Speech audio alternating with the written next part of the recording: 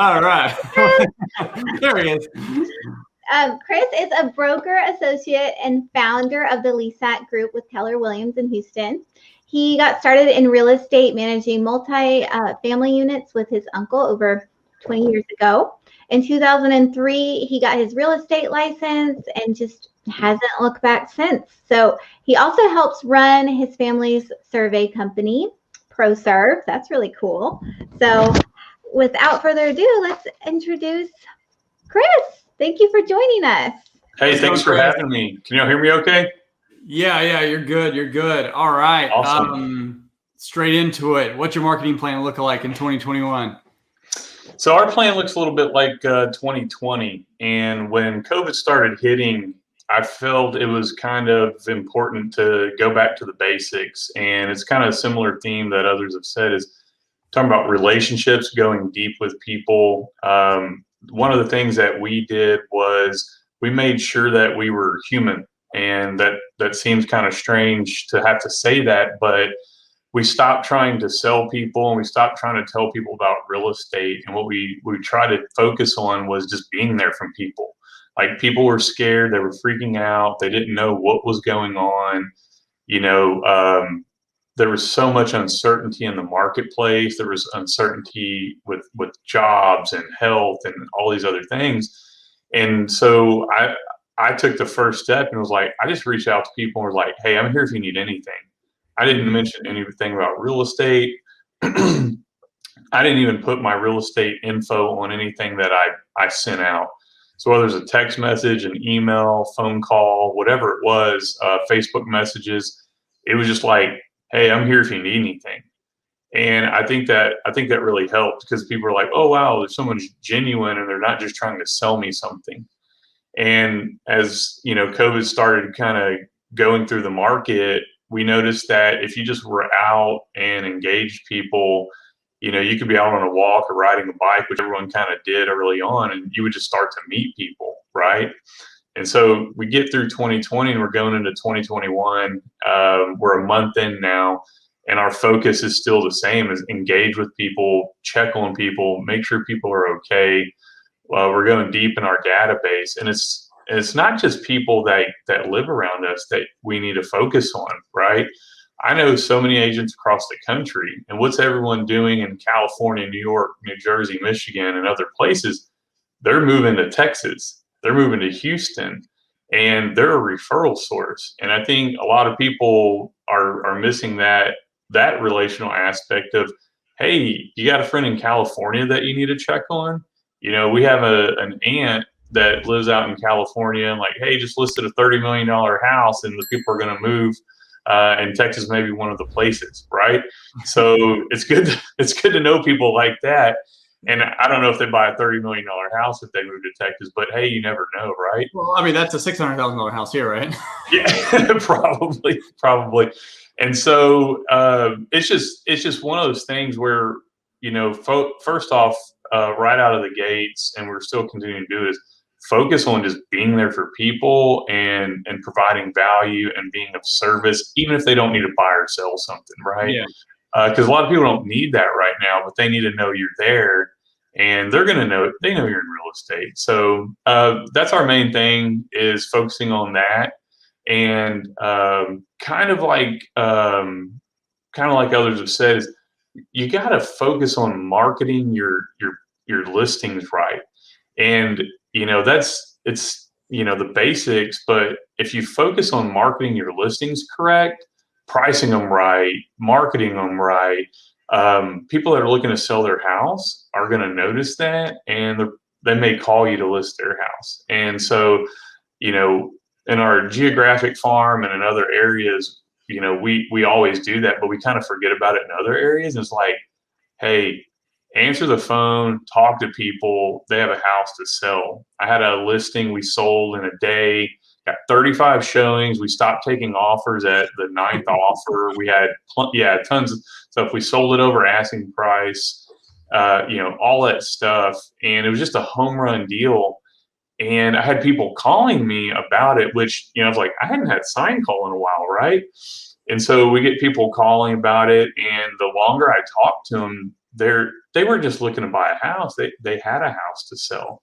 They're Mhm. like, hey, appreciate your time. When we're ready to sell, we're going to call you. And then, hey, we're going to stay in touch with them and follow up, whether we have a listing or not. And so just doing the fundamentals, like I said, taking the base hits and doing those things that have always worked, they really work in markets like this. And even without COVID, it works. It's increasingly working because of the digital environment that we're all in. The human connection, I think, becomes even more and more important. Like Zoom's great, Facebook Live is great, StreamYard's good, YouTube, all that good. Actually, within 6 feet, I guess.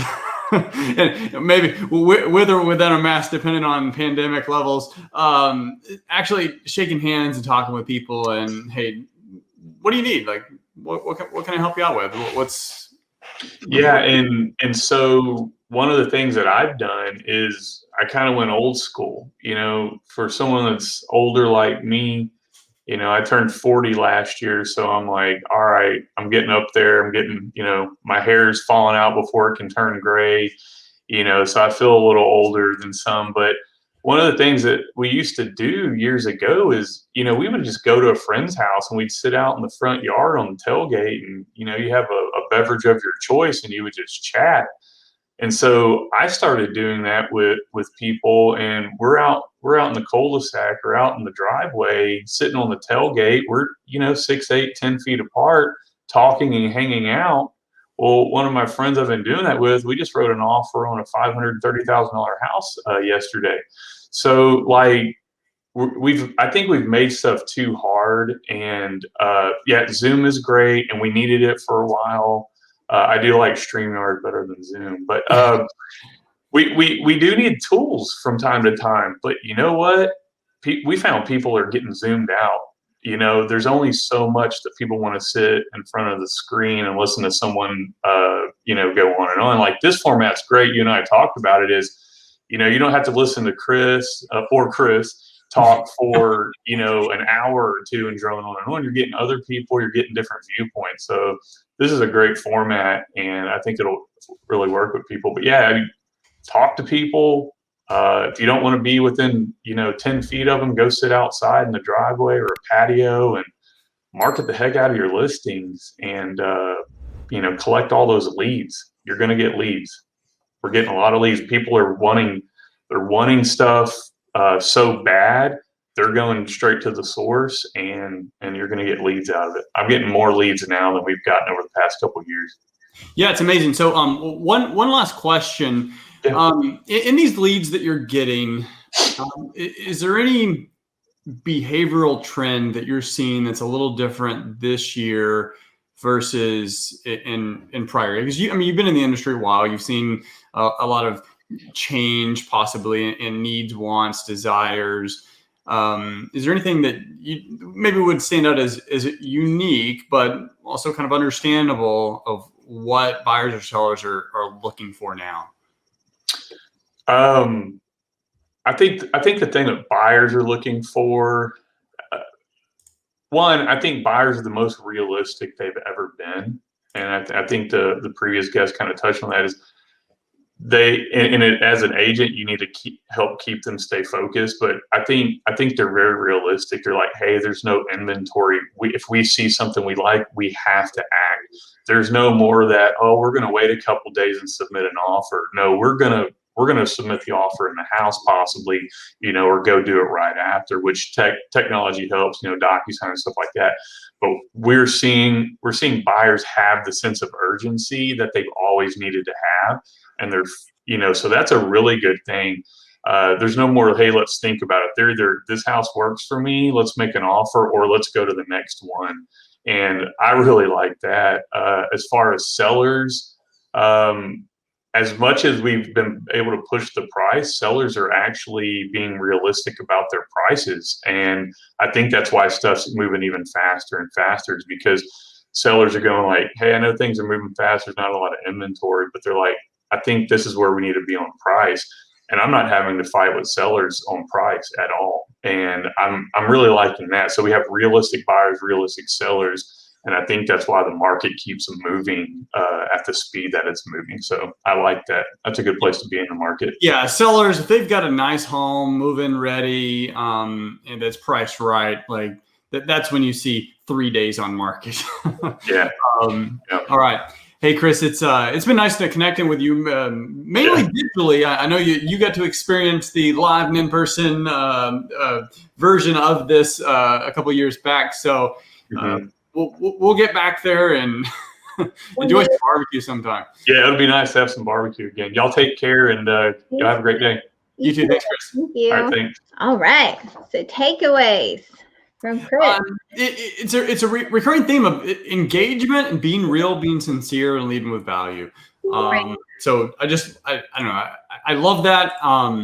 And as long as you're doing that, you're able to set yourself up for success. Yeah, and I've seen that too. What he said, sellers and buyers are being more realistic these days. I mean, even with some of our sellers that we've had. I mean, when we had to come back to them for, hey, this is what you should list your house at, there's really no pushback because everything's moving really, really quickly. So like everybody has been saying, now is the time to buy, sell. It's the market for sure.